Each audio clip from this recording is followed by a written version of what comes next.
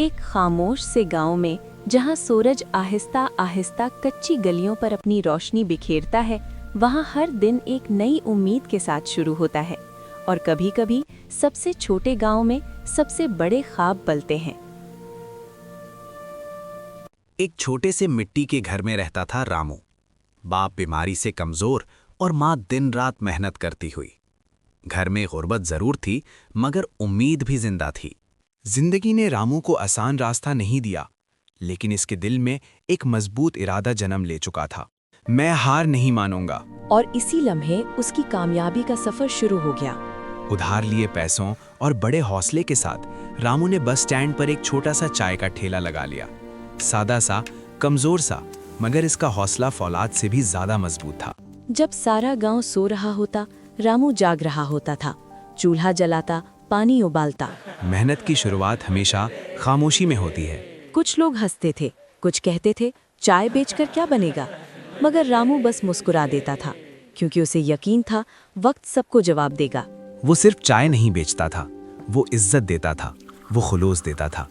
हर cup में उसकी मेहनत और मोहब्बत शामिल होती थी। दिन भर की थकन के बाद भी वो रात को किताब खोल लेता था। एक छोटे से चिराग की रोशनी में वो अपने ख्वाबों को जिंदा रखता था। एक दिन पास ही एक बड़ी और चमकती हुई चाय की दुकान खुल गई। रोशनियां, कुर्सियां, मशीनें और रामू का छोटा सा ठेला और भी छोटा लगने लगा। गाहक आना बंद हो गए, हंसी मजाक फिर शुरू हो गया।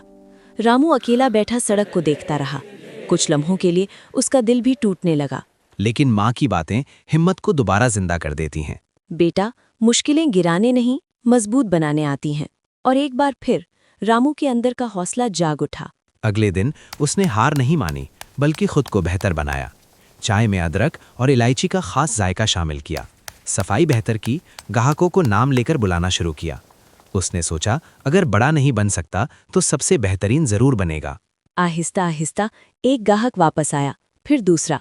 उन्हें सिर्फ चाय नहीं चाहिए थी, उन्हें वो इज्जत और अपनाइयत चाहिए थी जो रामू देता था। और यूं ठेला दोबारा आबाद हो गया। कई साल गुजर गए। वो छोटा सा ठेला एक बड़ी दुकान में बदल गया। फिर शहर में एक और शाख खुल गई। रामू अब सिर्फ चाय वाला नहीं रहा था, वो कामयाबी की मिसाल बन चुका था। मगर कामयाबी ने उसका दिल नहीं बदला।